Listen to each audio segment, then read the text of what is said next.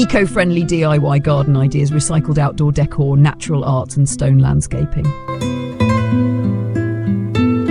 Creating a beautiful garden doesn't have to be expensive, it doesn't need to be complicated, and above all, it should never come at the cost of the environment.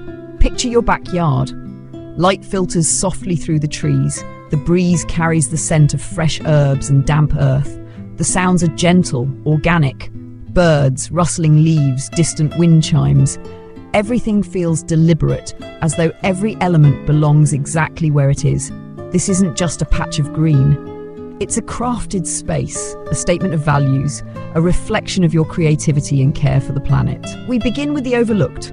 Recycled materials, things that once served a different purpose, forgotten, unused, worn, now reborn. An old tire, layered in vibrant colour, becomes a blooming planter. A broken wooden chair transforms into a rustic stand, lifting a pot of lavender to eye level. Clear glass bottles, once destined for the bin, now border the garden path like prisms catching the afternoon sun. These aren't placeholders, they're stories. Each one a mark of resourcefulness, a quiet resistance to waste. Recycling decor is more than aesthetics, it's philosophy made physical.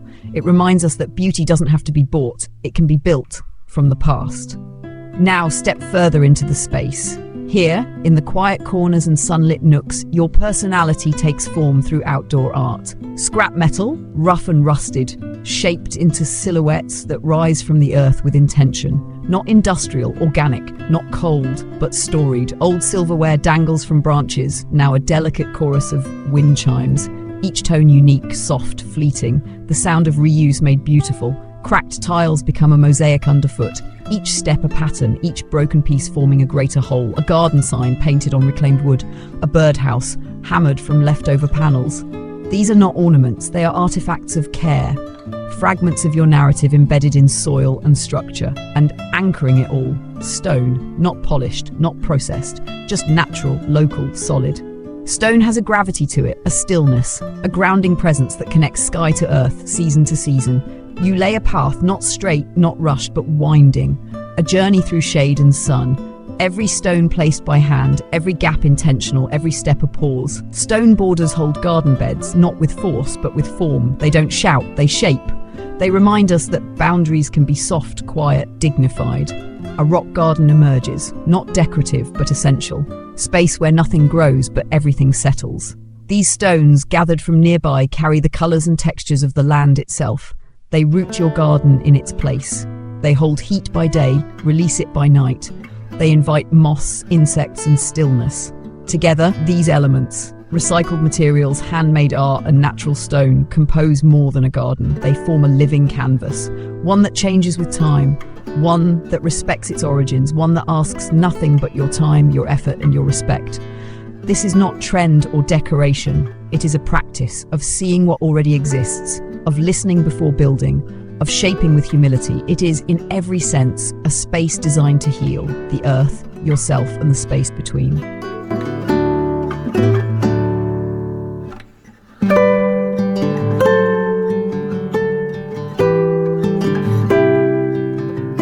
An eco-friendly garden is not only shaped by the materials you choose, but by how you sustain it day by day. It's about working with nature, not against it. Every design decision becomes a quiet negotiation with water, with soil, with time. The foundation begins with plants that truly belong. Native species, plants that have adapted to your region's rhythms, to its heat and droughts, to its rains and cool shadows.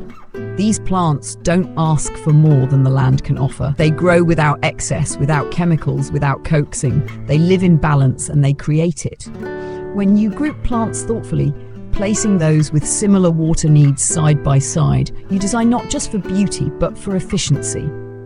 Water moves with intention, no waste, no guesswork, only a system that respects the limits of its environment. Mulch becomes part of the palette. Spread across garden beds, it holds moisture beneath the surface, shields soil from the harshness of midday sun.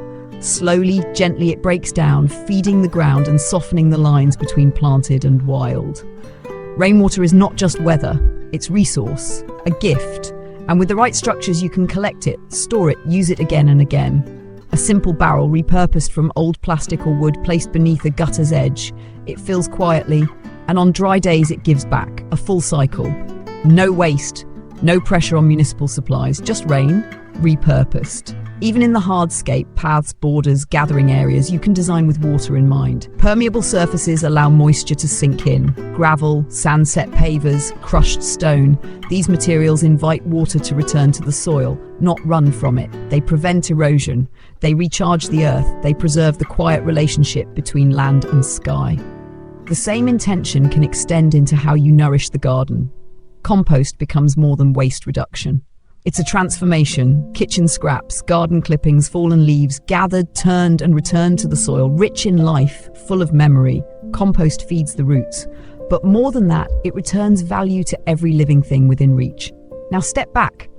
Look at what's growing, not just individual plants, but systems. Relationships, microclimates, shade cast by a trellis of beans, ground cooled by the broad leaves of squash, birds nesting in dense shrubs, bees drawn to flowering herbs. A quiet choreography of life, designed with your hand, but not controlled by it.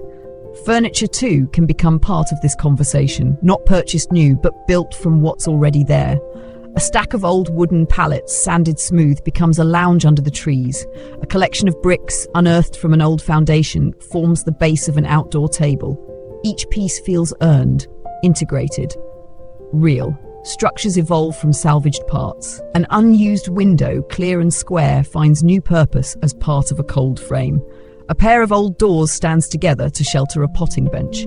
These forms speak of reuse, not ruin. They carry history, and that history becomes part of the garden's language.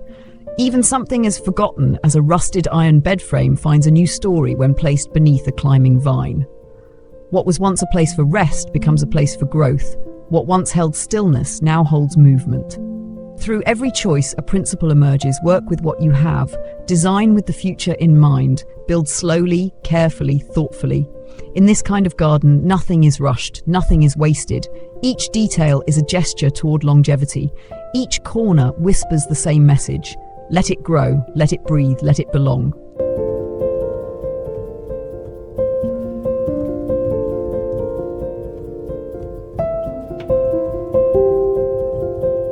A garden shaped by hand, by purpose, by principle, becomes more than a space to admire. It becomes a way of living, a rhythm, a philosophy grounded in care and continuity. It is not about trends or appearances or replication. It is about honesty, intimacy, and awareness of place. In this final layer of design, the focus turns inward, not to what the garden looks like, but what it offers. Not to how it impresses others, but how it changes you. The act of tending, building, and observing deepens your relationship with time, with season, with self. Gardening becomes a form of mindfulness. The repetition of simple actions, watering, pruning, composting, harvesting, draws attention to the present moment. It slows you down. It teaches patience. It demands presence. This rhythm, quiet and subtle, is not imposed from outside. It rises naturally from the space you've built. This is where the eco-friendly garden becomes not just sustainable, but restorative. It repairs what the world depletes. It offers sanctuary, a place where pressure disappears, where the body moves with purpose, where the mind clears. Every reused object in the garden holds memory. A bench made from an old door still bears its original paint. A rain barrel was once a shipping drum. A trellis once held chain link, now it holds vines. These artifacts do not fade into the background. They stand as testaments to creativity, to resilience, to a refusal to waste. These are not imperfections, they are texture. Evidence of a different way of thinking, a way of designing that embraces flaws, uses what's available, and values authenticity over polish. The community that gathers in this garden, whether human, insect, or plant, thrives not because of control, but because of freedom. A garden built with care becomes a home for pollinators, for birds, for fungi and moss and wildflower seed.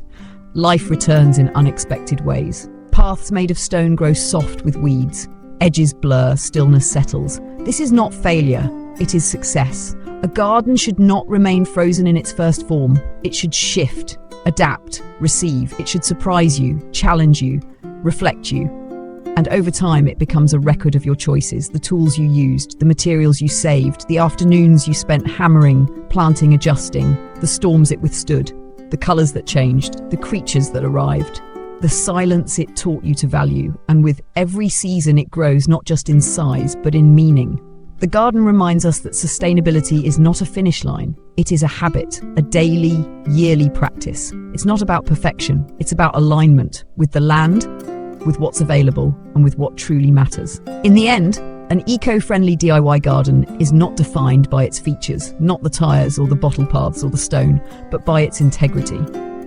Its invitation to live with less, to reuse with joy, to build slowly, deliberately, to see beauty in what once seemed broken. It's a space that honors both nature and imagination, a place where art and ecology meet, where your hands leave a gentle imprint, not a scar. This is not just design, it's a living blueprint for how we might build a world that lasts. Not by buying more, not by clearing space, but by listening, adjusting, and growing with care.